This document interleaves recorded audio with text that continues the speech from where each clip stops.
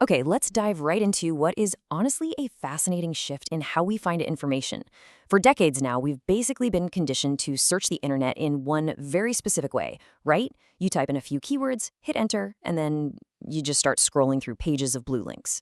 But we are currently living through an absolute paradigm shift. We're moving away from that endless scrolling and sifting straight to instant synthesized answers. So, in this explainer, we're going to pop the hood and break down exactly how modern answer engines actually do the heavy lifting for you. Here's our roadmap for today. 1. The end of keyword search. 2. How RAG builds the answer. 3. Multi-step agentic loops. 4. The boss versus beggar mindset. And finally, number 5, prompt hacks for your daily life. Moving right into section 1, the end of keyword search, from wading through links to cohesive answers.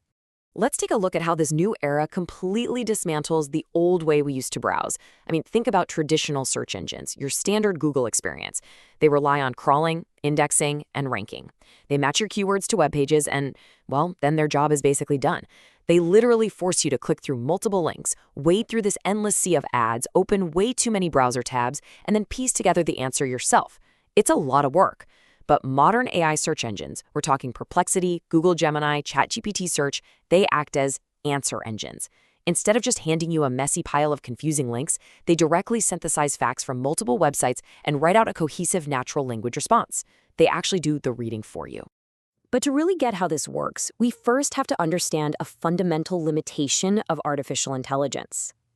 The crucial thing to remember is that neural networks do not have a live memory of current events built into their training weights. You see, an AI model trained last year doesn't magically know what happened in the news this morning. It doesn't know what the weather is right now or what the latest product reviews say. Asking a 2023 AI about today's weather, that's kind of like asking a history book for tomorrow's stock prices. It just doesn't work. Which brings us to a massive technical hurdle. How on earth do you get an AI to give you a factual answer about something that literally just happened today? Well, to solve that memory problem, engineers developed something truly remarkable. It acts as this dynamic bridge between the frozen brain of the AI and the live, constantly updating internet. Which brings us to section 2, how RAG builds the answer. The dynamic bridge. This game-changing technology is called RAG, which stands for Retrieval-Augmented Generation. The source material uses a really great analogy here. Think of RAG as giving the AI an open book test. Instead of forcing the AI to just guess the answer from memory, which, let's be honest, is exactly when it starts making things up, RAG allows the system to search the live web. It gathers all the current relevant facts and reads them in milliseconds, all before it even attempts to write a single word of your answer. There's actually an exact 3-step sequence the AI uses to build your answer from scratch without hallucinating. First up, we have live web retrieval.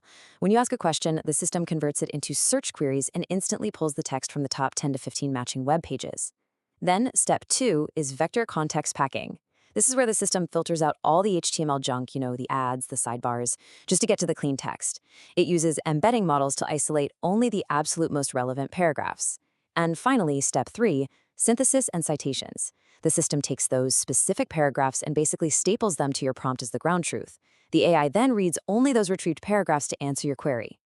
And because of that brilliant 3-step process, we get something incredible: actual citations. By forcing the large language model to place a numerical citation next to every single fact it claims in its answer, you get the ultimate truth guard. If the AI tells you a hotel has a pool, boom, there's a little number right next to that sentence pointing to the exact URL it got that fact from. It lets you instantly verify the source, which makes the whole thing highly accurate and reliable for your everyday decisions.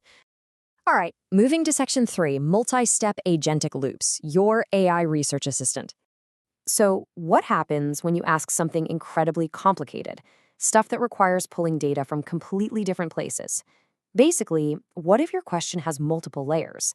Let's say you're planning a trip. You want to find a Paris hotel under $200 with a gym. You need to check if they actually have availability for next Friday, and you also want to find a highly rated bakery nearby. Look, a single basic search simply breaks down here. A standard search engine runs one query, gets one set of results, and stops. It just can't handle a prompt with that many interconnected dependencies. Enter the agentic loop. You'll often hear this called pro search or deep research. This is where the AI starts acting exactly like a human research assistant. It doesn't just do one single search. First, it completely decomposes your complex prompt into individual tasks. Then it executes search 1 just to find those Paris hotels. It reads those sites, picks a few candidates, and then based entirely on what it just found, it triggers search 2 to check availability for those specific hotels. Finally, it triggers search 3 for the bakeries near the winning hotel, and synthesizes all of this into one cohesive plan.